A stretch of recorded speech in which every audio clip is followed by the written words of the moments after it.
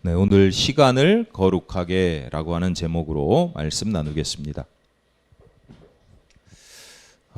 개인적으로 지난달에 제가 급전이 좀 필요한데 돈이 없어서 제 딸에게 돈을 좀 빌렸습니다.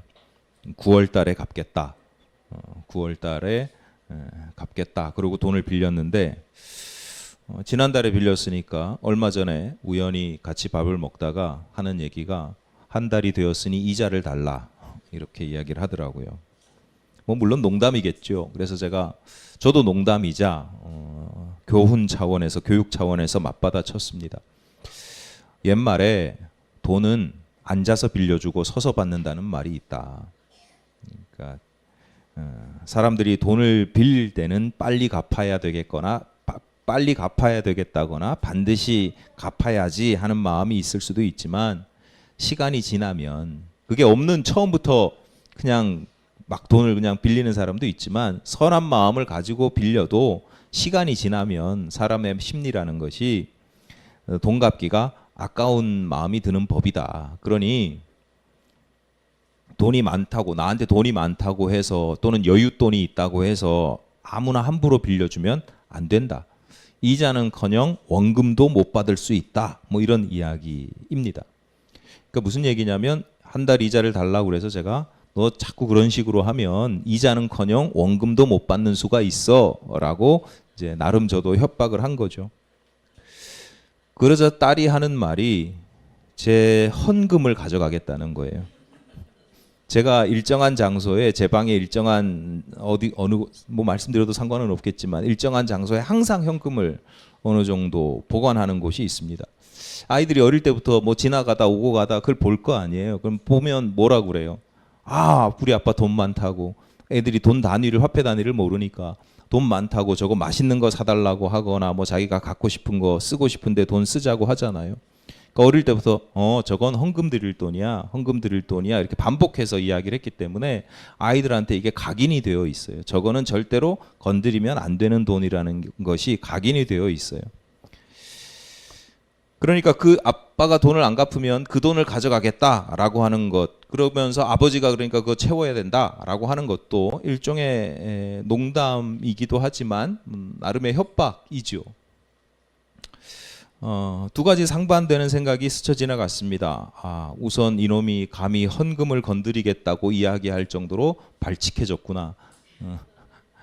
다음은 아버지에게 가장 중요한 우선순위가 뭔지, 이게 협박이 되려면 아버지의 약점을 가지고 협박을 해야 되잖아요. 누군가를 협박하려면. 그러니까 얘가 아버지의 약점이나 아버지가 중요하게 여기는 게 뭔지를 이제 아는 나이가 되었구나.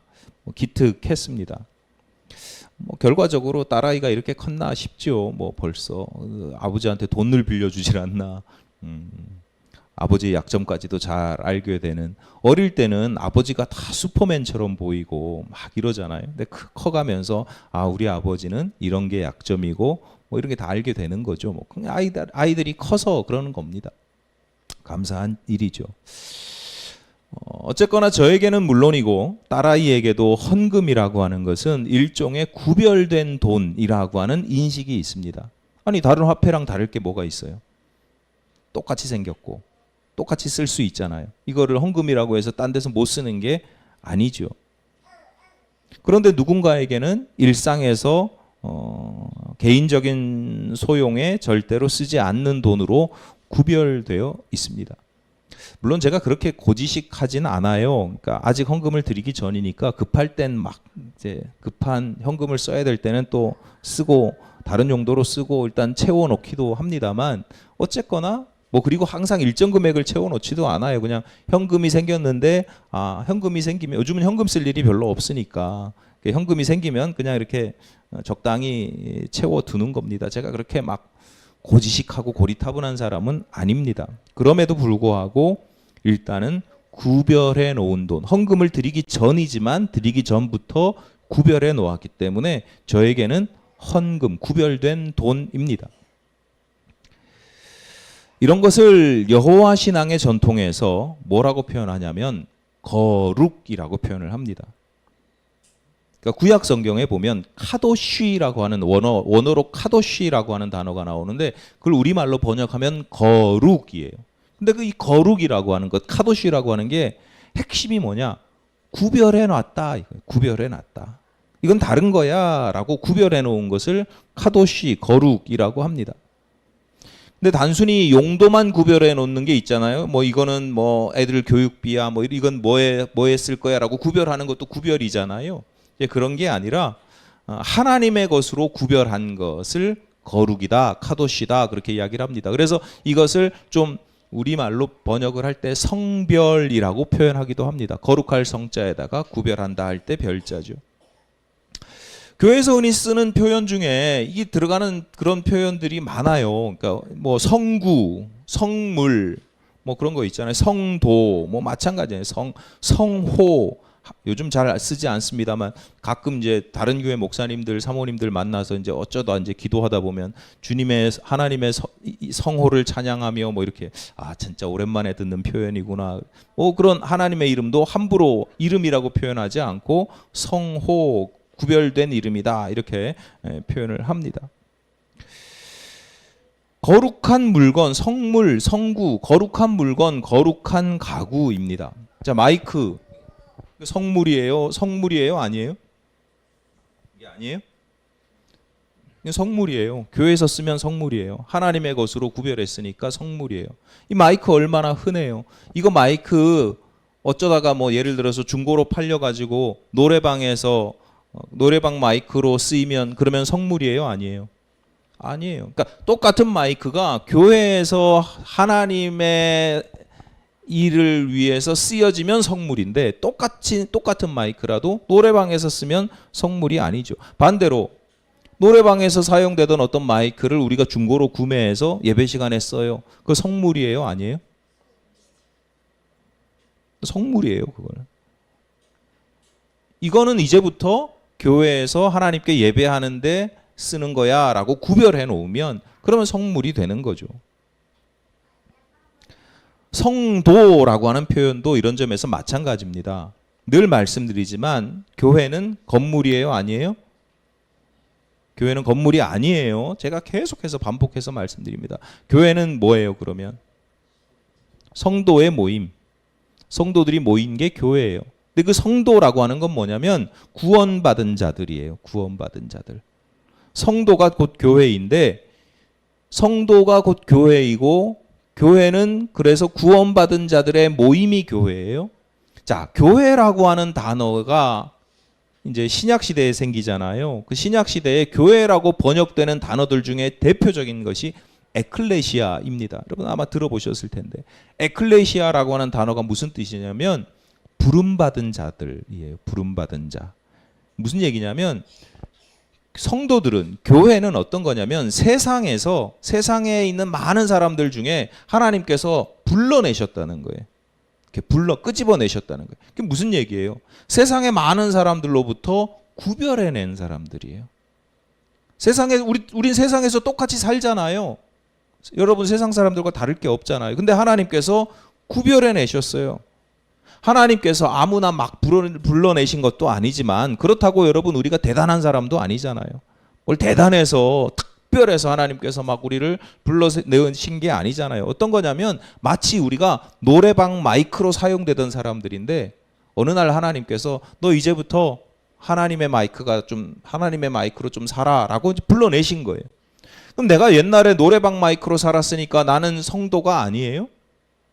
나는 교회가 아니에요? 그게 아니란 말이에요.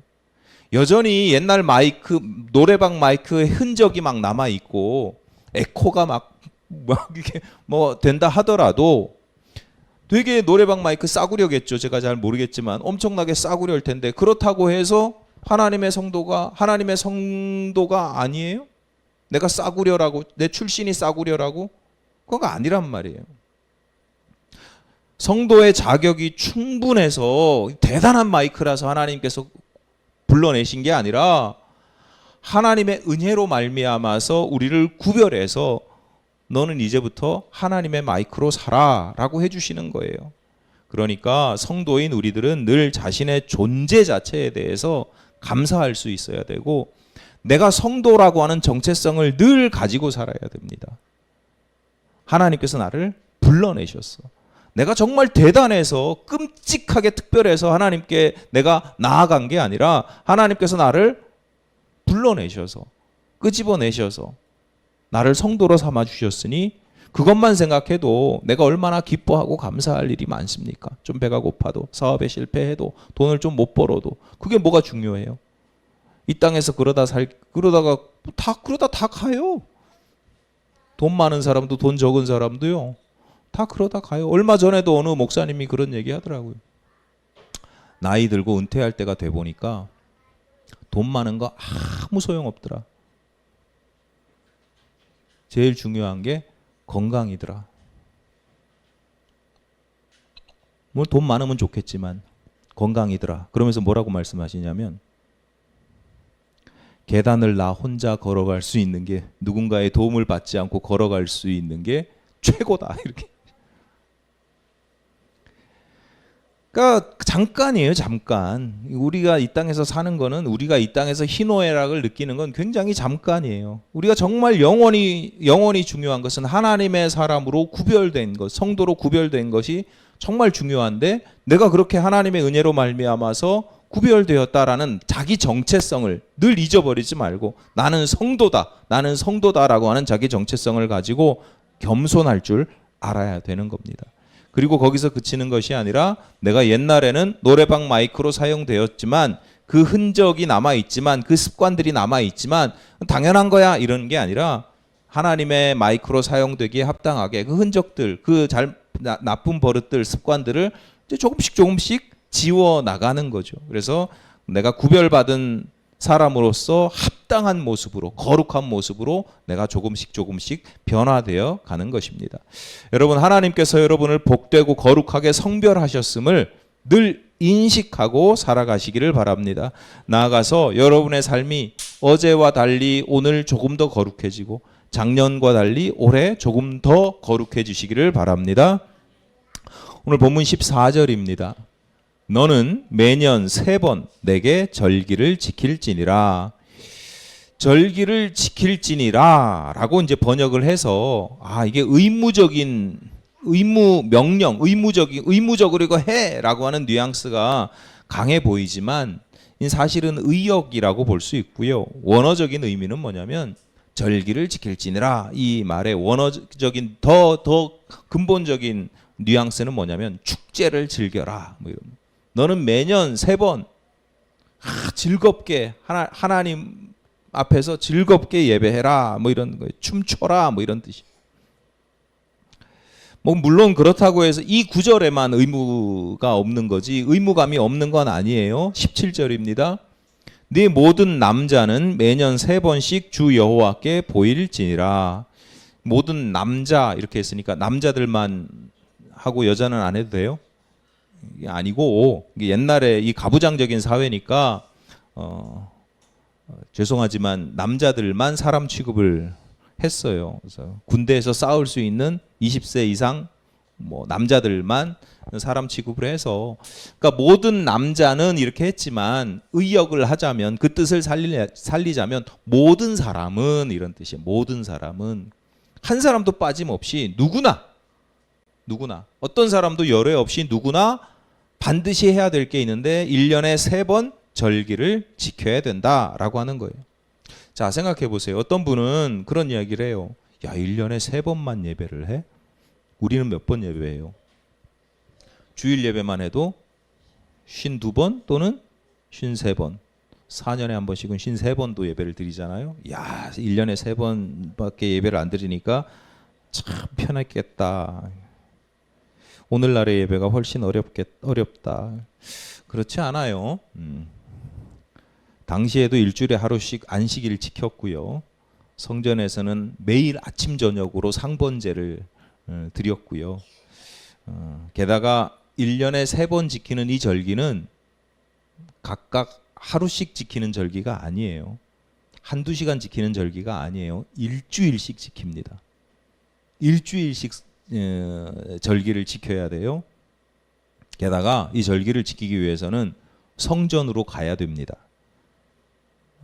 대면 제사를 해야 돼요. 근데 성전이 한 군데밖에 없어요. 전국에. 그러니까 이게 매년 3번씩 절기를 지키는 게 쉬운 일이에요? 어려운 일이에요? 지금보다 훨씬 어려운 일이에요. 일주일간 예배 드리는데 하루 만에 가는 것도 아니에요. 저 떨어진 곳에 가면 왕복 2주, 3주 걸쳐서 나귀 끌고 가서 그러면 도대체 1년에 3번 절기를 지키면 거의 한 2-3달이 날아가는 거예요. 근데 이걸 의무로 했어요. 의무로. 요즘같이 뭐 교통편이 편한 것도 아닌데 말이죠. 15절을 볼까요? 너는 무교병의 절기를 지키라. 내가 네게 명령한 대로 아비월에 정한 때에 2래 동안 무교병을 먹을지니 이는 그 달에 네가 애굽에서 나왔음이라 빈손으로 내 앞에 나오지 말지니라. 마지막 말이 빈손으로 나오지도 말래요. 그러니까 예물을 준비하라는 겁니다. 요즘 같으면 헌금을 드리면 돈을 드리지만 옛날에는 가축을 드렸단 말이에요. 예물을. 양, 소, 뭐 비둘기 이런 가축을 드렸단 말이죠. 예물을 드리는데 이게 거룩하게 구별된 성별된 거룩한 예물이기 때문에 이게 흠이 있으면 안 돼요. 그러니까 처음부터 흠이 없는 걸 가져가야 되는데 가져가다 또 흠이 생길 수도 있잖아요. 1주일, 2주일 가다 보면 다칠 수도 있고 뭐 그러면 다 빠꾸예요. 안 받아줘요 그거. 고생해서 제일 좋은 걸 가지고 갔는데 그러니까 이게 얼마나 절기를 지킨다고 하는 것이 우리가 관념적으로 생각해보면 그냥 3번 절기를 지켰어 라고 하지만 굉장히 힘들고 어려운 보통 힘든 일이 아닌 거죠. 절기를 지킨다는 것 1년에 3번씩 나의 시간을 구별한다 라고 하는 것은 그냥 마음이나 생각으로 그래 내가 1년에 3번 정도 뭐 3텀 정도 한번 뭐 마음이나 생각으로 구별하는 게 아니라 그러다 보니까 평소와는 정말 다르게 살아야 되고 생각부터 자세, 태도, 모든 삶의 그때는 완전히 집중해야 되는 거예요. 다른 생각을 해야 되고 다른 삶을 살아야 되고 막 여기에 집중을 해야 되는 거예요. 이 절기에 집중을 해야 돼요. 그러니까 얼마나 불편합니까? 어색합니다. 힘들고 고통스럽기도 해요, 사실은. 뭐 우리도 마찬가지 아닙니까? 주일에 1시간, 2시간 예배당에 나오는 게 여러분 편하세요? 때로는 불편하고 힘들죠. 서울에서 오고 또 어디서 오요? 뭐 멀리서들 이렇게 오시고 힘드시잖아요. 부담스러울 때도 있죠. 뭐 즐거울 때만 있나요? 부담스럽고 불편할 때도 있습니다. 그러니까 내가 부담스럽고 내가 신앙생활하는 게 막 힘들고 어느 날 불편하고 막 부담스러워. 내가 그것 때문에 내 신앙이 잘못된 거예요? 여러분 현실적으로 신앙생활이 항상 신나고 랄랄라 오늘 교회 가니까 너무 좋아. 오늘 무슨 말씀을 하나님께서 나에게 들려주실까 막 사모하고 오늘 너무너무 은혜 받았어. 꼭 나에게 주신 말씀이지 뭐야. 뭐 그런 경우만 있는 게 아니에요. 그렇잖아요. 제가 다른 얘기 하나요? 여러분 얘기하는데 제가 다 알아요.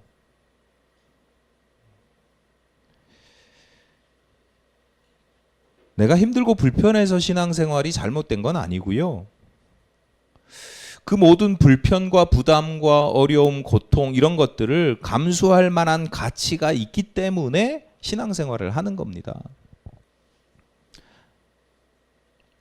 문제는 내가 힘들고 어려운데 가치를 발견하지 못할 때가 문제인 거죠.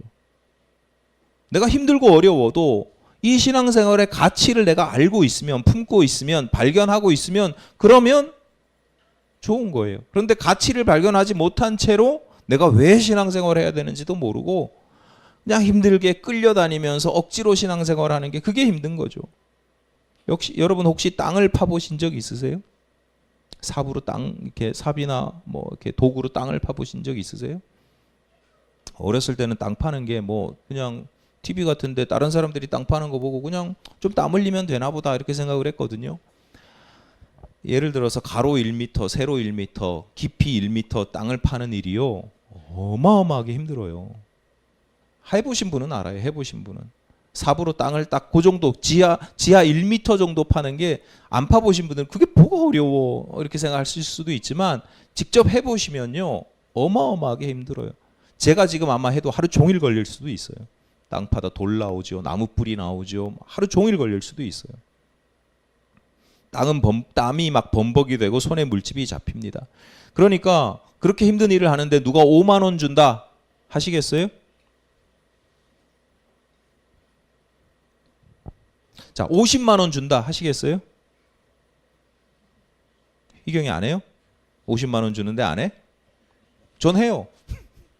그러니까 똑같이 힘들어도 5만 원 준다 그러면 못 해. 근데 50만 원 준다 하면 하는 거예요. 똑같이 힘들어요. 똑같이 고통스러워요. 그런데 그 가치가 나한테 귀하면 하는 거예요. 내가 똑같이 땅을 파는데 그게 뭐 하나님의 일이야. 그럼 하는 거예요. 저한테는 그게 가치 있는 일이니까. 그 땅이 내 땅이야. 그런데 1m를 파면 그 밑에 금은보화가 있어. 그러면 여러분 안 파실 거예요? 무조건 파죠. 예? 그렇죠. 밤중에 몰래 파야죠. 금은보화가 있는데 지하 10m 아래에 있어요. 파요, 안 파요? 파죠. 무조건 파죠. 20m, 30m라도 무조건 파죠. 다 불편을 감수하는 거예요. 똑같이 고통스럽고 더 고통스럽지만 거기에 뭐가 있느냐에 따라서 다 감수하는 거예요. 불편하게 여기지도 않아요. 힘들어 죽겠는데도 신나요. 신앙생활도 마찬가지입니다. 그래서 예수께서 뭐라고 말씀하시냐면 밭에 감추어진 비유 이야기를 들려주시는 거예요. 천국은 이와 같으니 어떤 사람이 밭에 감추어진 보화를 발견했어. 그 밭을 그냥 다 사지 않았냐? 사지 않겠냐? 여러분 거룩이라고 하는 것도 마찬가지입니다. 거룩이라고 하는 것이 무슨 폼나고 목에 힘주고 막 성경책 옆에 끼고 할렐루야 뭐 거룩이 막 하루에 3시간씩 10시간씩 기도하고 막 폼나고 멋있는 그런 모습이 거룩이 아니에요. 거룩은요 때로 고통스럽습니다. 때로 불편하고요. 부담스럽기도 해요. 어려워요. 그럼에도 불구하고 나 자신을 하나님의 것으로 구별하는 것. 나의 삶의 방식들을 내가 살아가는 삶의 방식들을 하나님께서 기뻐하시고 하나님께서 원하는 방식으로 점점 변화시켜 나가서 구별시켜 나가는 것. 그게 거룩이란 말이에요. 여러분 아무리 힘들고 부담스럽고 불편해도 하나님의 사람으로 구별되시기를 바랍니다. 그게 거룩이에요. 거룩. 하나님의 성품에 참여하는 것입니다. 앞서 말씀드렸듯이 유대인이라면 누구나 매년 3번씩 절기를 지켜야 됐습니다. 15절, 16절입니다. 너는 무교병의 절기를 지키라. 내가 네게 명령한 대로 아비월에 정한 때에 2래 동안 무교병을 먹을지니 이는 그 달에 네가 애굽에서 나왔음이라 빈손으로 내 앞에 나오지 말지니라. 맥추절을 지키라. 이는 네가 수고하여 밭에 뿌린 것의 첫 열매를 거둠이니라. 수장절을 지키라. 이는 네가 수고하여 이룬 것을 연말에 밭에서부터 거두어 저장함이니라. 3가지 절기가 나와요.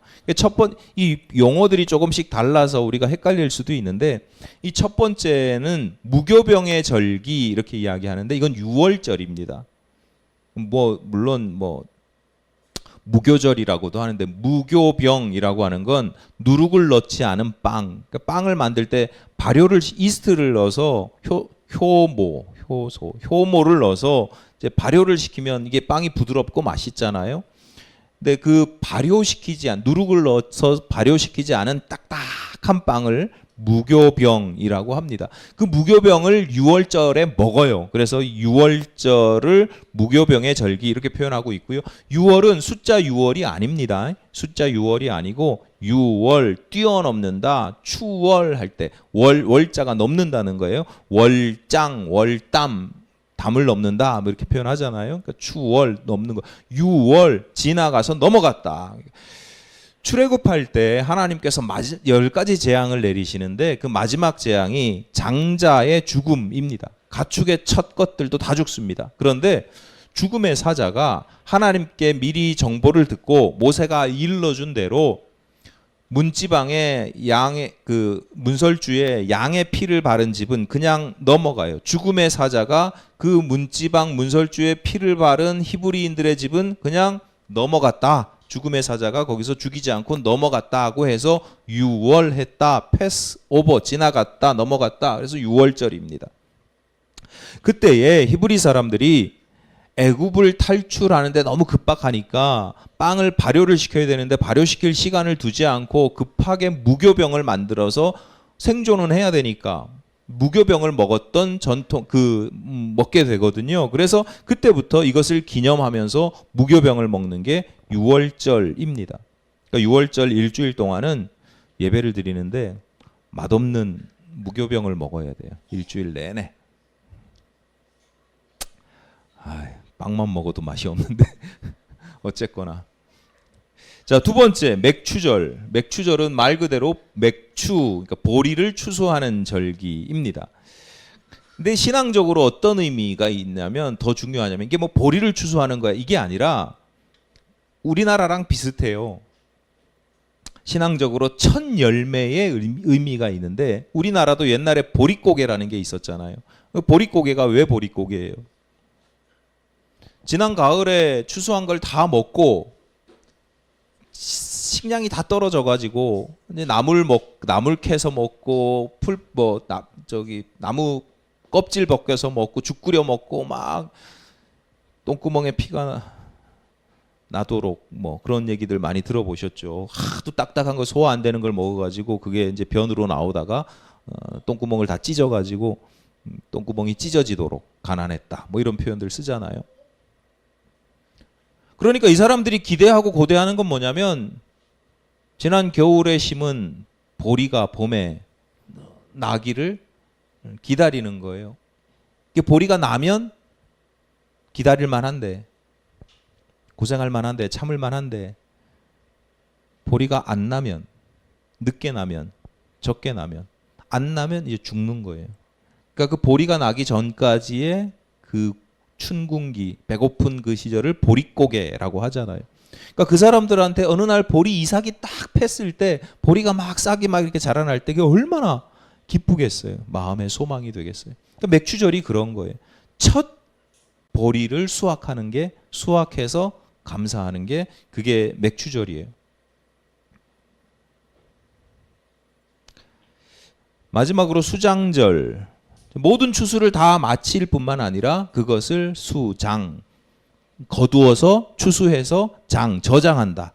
이제 그러니까 이건 추수에 대한 감사의 제사이기도 하지만 또 한편으로는 이제 저장한 곡식으로 인해서 올 겨울은 내년 봄까지 내가 이제 겨울을 잘 지낼 수 있고 새해를 맞이할 수 있다고 하는 마음의 평안과 안심과 뭐 그런 기대와 소망의 마음을 갖게 되는 거죠. 우리는 제가 요즘에 그런 말씀 드리는데 우리는 유대교인이 아닙니다. 우리는 유대교인이 아니에요. 그러니까 구약 성경을 읽을 때 굉장히 조심하셔야 되는데 유대교인이 아니고 우린 기독교인이에요. 우린 예수 믿는 사람들이에요. 그러니까 유대인들이 지키는 이 3대 절기를 지켜야 할 필요가 있어요, 없어요? 전혀 없죠. 지킬 필요가 전혀 없습니다. 그러니까 오늘 우리가 주목할 것은 이 3대 절기를 어떻게 지켜야 된다. 절기의 형식이나 규례가 아니라 그 의미를 알아야 되는 거죠. 왜 하나님께서 구약시대에 이 사람들한테 3대 절기를 지키라고 했을까?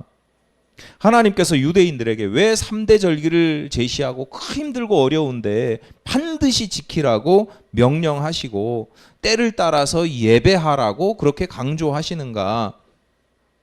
앞서 제가 잠깐 설명드렸지만 이 3대 절기는 시간의 흐름을 배경으로 합니다. 시간의 흐름이 있어요. 1년을 주기로 순환됩니다. 그러니까 맥추절하고 수장절 같은 게 올해 했으면 내년에 없는 게 아니잖아요. 또 다시 맥추절, 수장절 이렇게 돌아갑니다. 그래서 농사철의 흐름, 그러니까 먹고 사는 문제가 신앙이라고 하는 게 그냥 교회에 와서 관념적으로 보이지 않는 하나님께 기도하는 게 아니라 내가 먹고 사는 문제들 가운데, 삶의 현실 가운데 다 이렇게 적용이 된다기보다 그게 거기서 신앙생활을 하는 거거든요. 여러분, 신앙생활은 교회에서 하는 게 아니에요. 예. 내 삶이 다 신앙생활이죠. 내 삶의 자리가. 농사를 농사를 배경으로 하니까 더욱더 이제 시간의 흐름과 관련이 있습니다. 그 시간마다 하나님께 예배해라라고 이야기를 하는 거죠. 또 이렇게도 볼 수 있습니다. 유월절은 이제 1년을 단위로 시간의 흐름도 되지만 내 인생의 단위이기도 해요. 내 인생의 시간이기도 해요. 뭐냐면 유월절은 과거의 출애굽을 기억하는 거예요. 유월절은 과거에, 옛날에 우리가 이렇게 해서 구원받았었지라고 하는 과거는 기억하는 거잖아요. 그러니까 맥추절은 현재예요, 현재. 내가 수고해서 노력해서 첫 열매를 거두어 드리기 시작한 그 현재, 지금을 기뻐하는 거예요. 수장절은 추수한 곡식을 창고에 거두어 저장하고서 나의 미래, 앞으로 나의 미래에 대해서 안심하고 감사하고 즐거워하는 거예요. 소망을 갖는 거예요. 그러니까 내 인생으로 놓고 보면 이 세 가지 절기가 과거, 현재, 미래와 관련이 있는 거죠. 앞서 하나님께서 성도인 우리들을 거룩하게 구별해내셨다, 성별하셨고, 나아가 우리 인생이, 그래서 내 삶이 거룩하게 성별되어야 한다라고 말씀을 드렸습니다. 헌금도 구별된 거고, 성구, 성가, 성물, 어떤 거는 카톨릭 가보면 성인도 있고, 어디 특별한 구별된 장소도 있잖아요. 우리는 구별됐다, 거룩하다라고 하면 어떤 물건이나 장소에 굉장히 이렇게 이미지가 있는데, 사실은 우리가 더 신경 쓰고 집중해야 될 건 시간입니다. 시간이 거룩해야 되는 것이 구약 시대에, 구약 성경에 계속해서 반복되어지는 말씀이에요. 나의 헌금이 거룩해지는 게 아니라 나의 시간, 내가 가진 시간, 내가 살아가는 인생의 시간들, 그 시간들이 거룩해져야 돼요. 나의 시간이 하나님께 드려져야 되고 나의 시간이 하나님의 시간이 돼야 되는 거예요. 어떻게 해야 돼요? 우린 유대인도 아닌데 3대 절기를 지키면서 1년에 3번 이 시간을 거룩하게 하나님께 드려요? 여러분, 그것도 기본이에요. 그건 기본이에요. 그러니까 여러분이 일주일에 하루씩 와서 예배 드리잖아요. 이건 뭐냐면 나의 시간을 하나님의 시간으로 드리는 거예요. 그러니까 절기를 지키듯이 예배를 드리고 내 인생의 시간 중에서 어느 시간에 기도를 하고 어느 시간에 찬송을 드리고 어느 시간에 말씀을 읽는다라고 했을 때 그건 내 시간이 하나님의 시간이 되는 거잖아요. 그러니까 내 시간이 거룩해지는 거예요. 그런데 잘 생각해 보세요. 내가 예배당에 예배 드리러 왔어요. 말씀을 들어요. 그런데 딴 생각을 해. 내가 예배를 드리는데 딴 생각을 하고 뭐 다른 짓을 해. 그러면 그게 구별된 시간이에요? 그러니까 아니잖아요. 그러니까 우리는 항상 형식과 내용을 같이 봐야 되거든요. 내가 예배를 하려면 예배를 해야 돼요. 예배 시간에는 예배를 온전히 잘 드려야 되죠. 그래야 나의 시간이 아니고 하나님의 시간이 되지. 예배 시간에 다른 생각하고 있고 졸고 있으면 그건 내 시간이에요. 예배 시간에 내가 내 거 하고 있으면 그건 내 시간이지. 그게 왜 하나님의 시간이에요? 그 시간이 드려진 게 아니죠. 물론 그냥 이렇게 극단적으로 말씀드리고 은혜의 하나님께서 그래도 너가 예배당에 나와서 졸고 있으니 다행이다. 뭐 이렇게 받아주실 수는 있지만 그런 거 일단 제껴두고 하나님은 그렇게 하셔도 우리가 난 그래도 돼 뭐 이러면 안 되잖아요. 네. 절기를 지킨다라고 하는 것은 단지 때를 따라 그 때가 되었을 때 습관적으로 관습적으로 관례적으로 제사하는 게 아니에요. 시간의 흐름에 따라 제사하는 이유가 있고 의미가 있어요. 본질적인 내용들이 있어요. 첫 번째는 다시 말씀드리지만 우선은 하나님의 구원을 기억하는 겁니다. 그러니까 내가 예배당에 나오지 않아도 내가 평소에 일상생활을 해요. 빵을 만들고 설거지를 하고 뭐 직장에서 뭐 서류를 쓰고 하는데 그걸 하면서 내가 그래 나는 하나님께 구원받은 사람이야 라고 기억을 하면, 내가 하나님의 사람이고 구원받은 사람이야 라고 기억을 하면 그 시간은 하나님의 시간이 되는 거예요. 내 시간이 아니라 하나님께 드려지는 거룩한 시간, 내가 하나님께 구원받은 존재임을 늘 재확인하는 거. 예배라고 하는 게 그거예요. 예배의 핵심 요소 중에 하나가 그래 내가 하나님의 성도지라고 하는 것을 평소에 또 세상 가운데 살다 보면 잊어버리기도 하고 둔감해지기도 하는데 와서 맞아 재확인하고 기억하는 거예요. 그게 예배고 그게 신앙의 중요한 핵심적인 요소 중에 하나예요. 근데 이거를 내가 평소에 내가 살아가면서 내 삶의 자리에서 내 시간 속에서 할 수 있잖아요. 내가 얼마나 하나님 안에서 존귀한 인생인지를 어느 순간 깨달아요. 그 시간이 하나님의 시간이 되는 거고 거룩한 시간이 되는 겁니다. 다음은 두 번째는 뭐냐면 어떤 시간이 하나님의 시간이 되는 거냐면 기억하는 것, 하나님의 구원을 기억하는 것과 더불어서 하나님의 구원 역사와 은총을 기뻐하는 겁니다. 그러니까 내가 기억하는 것뿐만 아니라 현재적으로 지금 내가 하나님의 구원받은 자로서 그 은총을 누리고 성령의 역사하심을 내가 누리면서 살아가는 걸 기뻐하는 것. 그러니까 우리의 예배에 기쁨이 있어야 되는 거예요. 아, 내가 구원받은 사람이고 지금 내가 은혜 받아서 내가 여러분 혼자 계단을 못 걸을 정도면 여기 못 나오시잖아요. 근데 여러분 다 그래도 걸어서 나오셨죠. 얼마나 감사한 일이에요. 기뻐하는 거예요. 예배 시간의 현재를. 헌금이 부담스럽기도 하지만 헌금을 드리는 것이 기쁘고 즐거워야 되는 거죠. 기도와 찬송이 노래 못하는 사람, 노래하기 싫은 사람들한테는 불편하고 어렵지만 그래도 기뻐하고 즐거워하는 거죠. 말씀을 듣고 깨닫는 것이 행복해야죠.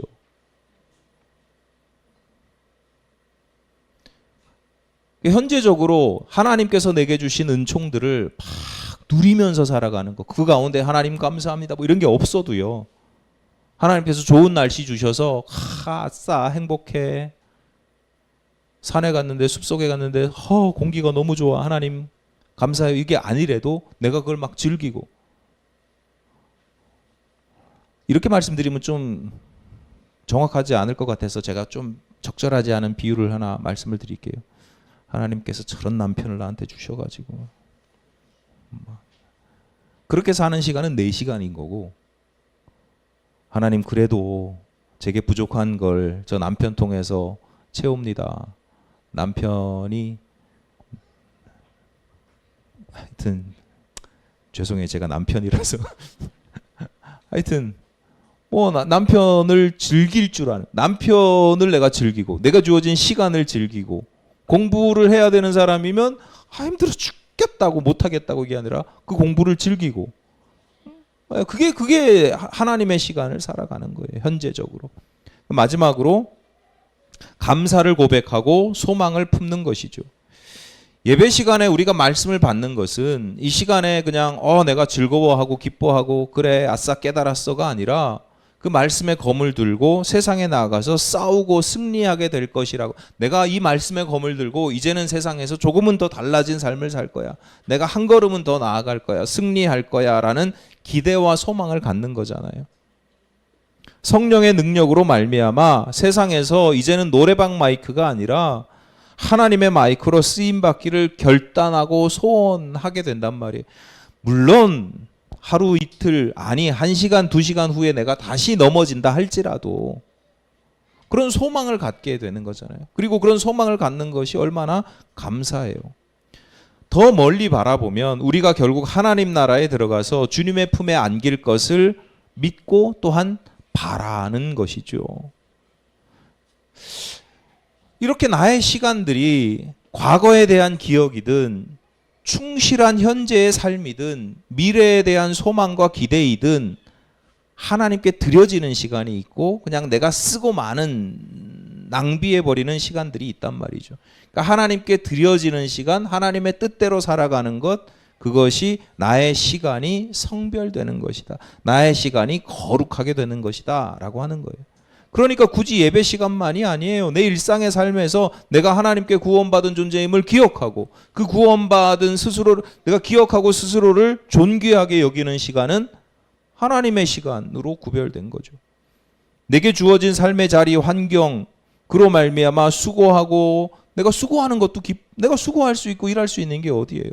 수고하고 열매 맺는 현재의 삶을 이게 하나님의 은총이라고 여기고 기뻐하는 그 시간들이 성별된 시간들이고 미래에 대한 두려움과 염려가 막 엄습할 때가 왜 없겠어요? 아유, 노후를 생각하면 노후가 뭐야? 저 자식, 우리 자식들이 저 시집 장가 하나 갈 수 있을까? 이런 생각하면 머릿속으로 계산하면 답이 하나도 계산 자체가 안 돼요.